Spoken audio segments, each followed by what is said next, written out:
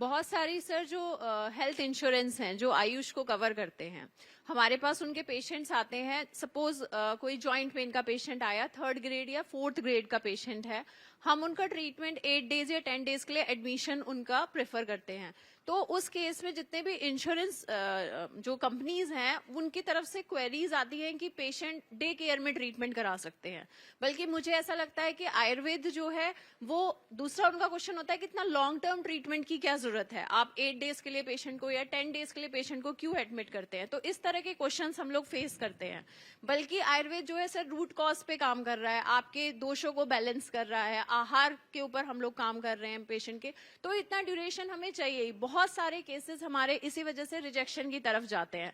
तो सर मेरा इसको लेके ये है कि हमें आयुर्वेद को उस लेवल पे प्रमोट करने की जरूरत है, या हमें ये अवेयरनेस की जरूरत है कि हम सिर्फ सिम्टोमेटिकली पेशेंट को ट्रीट नहीं कर रहे हैं, उसको हम जड़ से ठीक करने की कोशिश कर रहे हैं।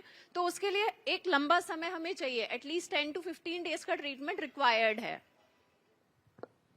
आपने जो यहाँ पर सवाल बैठिए, निश्चित रूप से इंश्योरेंस कंपनियों के जो भी हमारी आयुर्वेदिक ट्रीटमेंट है उसमें जो आईपीडी हमारी होती है उनके बारे में इंश्योरेंस कंपनियों की इसमें कंफ्यूजन है कि भाई बीमारी तो छोटी दिखती है लेकिन 10 दिन का एडमिशन कैसा कर रहे हैं, ये डे केयर में भी हो सकता है।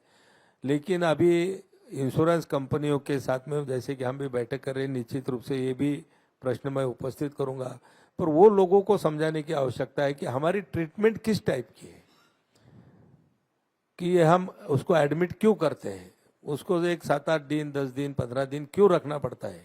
सिर्फ हम उतना ही उपचार नहीं करते, जैसे कि एलोपैथी में कैसा हो कि जहां पर जख्म है तो उतना ही इलाज करके उनको छोड़ा जाता है।